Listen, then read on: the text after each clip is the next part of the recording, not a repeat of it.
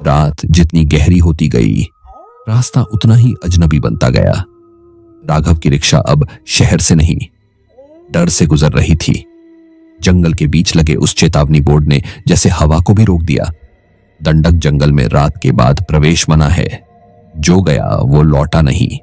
लेकिन पीछे बैठा सेठ मुस्कुरा रहा था, और वही मुस्कान राघव को समझा गई, आज की सवारी सिर्फ जंगल तक नहीं है, क्योंकि इस रास्ते पर किराया पैसों से नहीं, जान से लिया जाता है। राघव एक गरीब रिक्शा चालक था, जो रोज अपनी बूढ़ी मां की देखभाल और परिवार की रोजी रोटी के लिए बड़ी मेहनत करता था। फिर भी उसका परिवार इसी तरह एक वक्त के खाने का इंतजाम कर पाता था।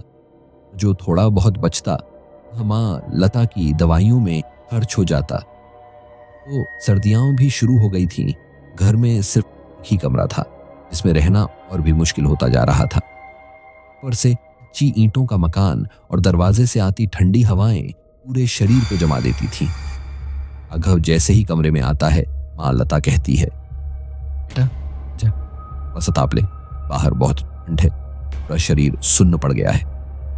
ठंड से सिकुड़ता हुआ राघव कहता है, हाँ मां। राघव की पत्नी रमा चूल्हे पर रोटियां बना रही थी। मां बोली, आओ अब खाना खा लो, मैं परोस देती हूँ। अभी खाना खाने बैठ जाते हैं। बच्चे पूछते हैं, हाँ आज भी दाल बनी है? रमा हल्की मुस्कान के साथ कहती है, हाँ बेटा क्या करें, रोज रोज नई सब्जी कहाँ से लाएं? मां लता कहती है, अरे बेटा सर्दियों में दाल चावल शरीर को फायदा देता है और पचने में भी आसान होता है। कहकर सभी खाना खा लेते हैं। आखिर में जब रमा खाना खाने बैठती है तो देखती है कि बर्तन में सिर्फ एक कटोरी चावल बचे हैं। न दाल है न रोटी। बेचारी रमा थोड़ा सा अचार लेकर चावल खाने लगती है।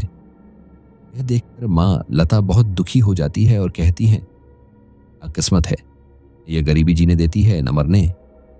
रमा मां को रोते देख समझाती है, मां सब ठीक हो जाएगा। सब देखकर राघव का दिल भी भर आता है। सोचता है कि अब रात में भी रिक्शा चलाना पड़ेगा। राघव रिक्शा लेकर निकलने लगता है। रमा पूछती है, कहाँ जा रहे हो इतनी ठंड में? राघव भारी आवाज में कहता है, मुझसे यह सब देखा नहीं जाता। रात में सवारियां कम होती हैं, किराया थोड़ा अच्छा मिल जाता है, इससे कुछ तो खर्च निकल आएगा। कहकर राघव निकल जाता है। कुछ दूरी पर जाकर वह एक छोटी सी चाय की दुकान पर रुकता है। वहाँ काफी सवारियां आती थीं। राघव को भी कभी कभार सवारी मिल जाती और थोड़े पैसे हो जाते। ऐसे ही कुछ दिन बीत जाते हैं। एक रात जब राघव घर लौटता है तो देखता है कि उसका बेटा बहुत बीमार है और ठंड से कांप रहा है। उधर मां लता पहले से ही बीमार थी। उस दिन राघव की कोई कमाई भी नहीं हुई थी। राघव पर मानो दुखों का पहाड़ उठ पड़ा हो। मां कहती है, क्या हुआ, सोच रहे हो? मैं तरुण को डॉक्टर के पास ले जाना होगा। राघव टूटे स्वर में कहता है, डॉक्टर की दवा के लिए मेरे पास पैसे ही नहीं हैं। आज कुछ भी कमाई नहीं हुई। मां रोते हुए कहती है, अब क्या करें? राघव कहता है, मैं अभी जाता हूं। थोड़ी दूर पर एक सरकारी वैद्य रहते हैं, शायद कुछ मदद मिल जाए। कहकर राघव निकल पड़ता है। रास्ते में सोचते सोचते उसे पता ही नहीं चलता कि वह कब सड़क के उस पार निकल आया। वह एक पेड़ के नीचे बैठ जाता है। भी देखता है कि एक अमीर आदमी वहां से गुजर रहा है। राघव को देखकर वह उसके पास आता है और पूछता है, रिक्शा खाली है? राघव कहता है, साहब कहाँ जाना है? वीर सेठ कहता है, ठंडक। यह नाम सुनते ही राघव के रोंगटे खड़े हो जाते हैं। राघव डरते हुए कहता है, साहब वहां क्यों जाना है? तो बहुत खतरनाक जंगल है। सुना है वहां खतरनाक जानवर और भूत प्रेत चुड़ैलें रहती हैं।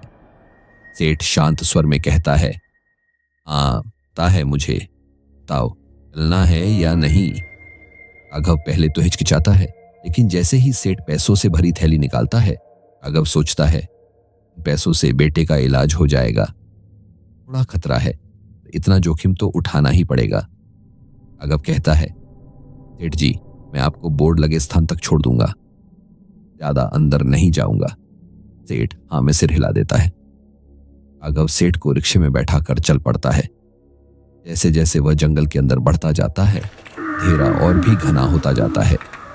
उल्लुओं और जंगली जानवरों की भयानक आवाजें डर को और बढ़ा देती हैं।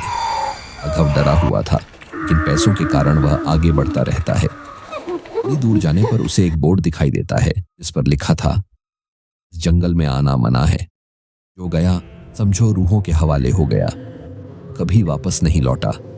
पढ़कर राघव और भी डर जाता है। सेठ को वहीं बोर्ड के पास उतार देता है। भी वह देखता है कि जैसे ही सेठ जंगल में कदम रखता है, वहां लगे लोहे के दरवाजे अपने आप खुल जाते हैं।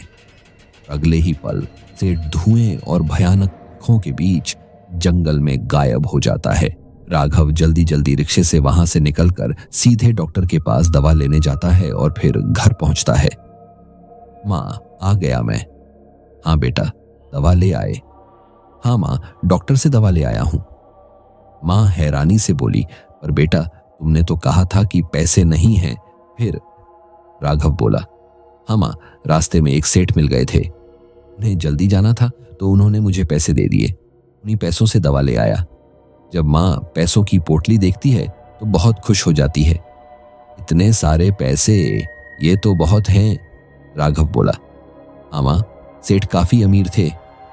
राघव अंदर से डरा हुआ था, लेकिन घर में कोई न डरे, इसलिए उसने जंगल वाली सारी बात छिपा ली। अगली रात फिर राघव रिक्शा लेकर चाय की दुकान पर बैठा था। अभी वह देखता है कि वही सेठ उसके सामने वाली बेंच पर बैठकर चाय पी रहे हैं। राघव उन्हें देखकर थोड़ा डर जाता है और वहां से जाने लगता है। तभी सेठ उसे रोककर कहते हैं, क्या रिक्शा खाली है? राघव बोला, हाँ सेठ जी, कहाँ जाना है? सेठ बोले, वहीं जहां कल गए थे, टांडक जंगल। राघव घबरा कर बोला, मुझे माफ करिए सेठ जी, मैं अब वहां नहीं जा पाऊंगा। सेठ बोले, देखो इस बार मैं दोगुना पैसा दूंगा। राघव मना करता है तो सेठ कहते हैं, देखो तुम मुझे ईमानदार आदमी लगे, इसलिए तुमसे कहा। मुझे पता चला है कि तुम्हारी माँ बहुत बीमार है और बच्चे भी छोटे हैं। अगर तुम चाहो तो मैं तुम्हें रोज ऐसी ही पैसों की पोटली दूंगा, बस मुझे अमावस्या तक उस जंगल में छोड़ दिया करना। यह सुनकर राघव के मन में लालच आ जाता है और वह हाँ कर देता है।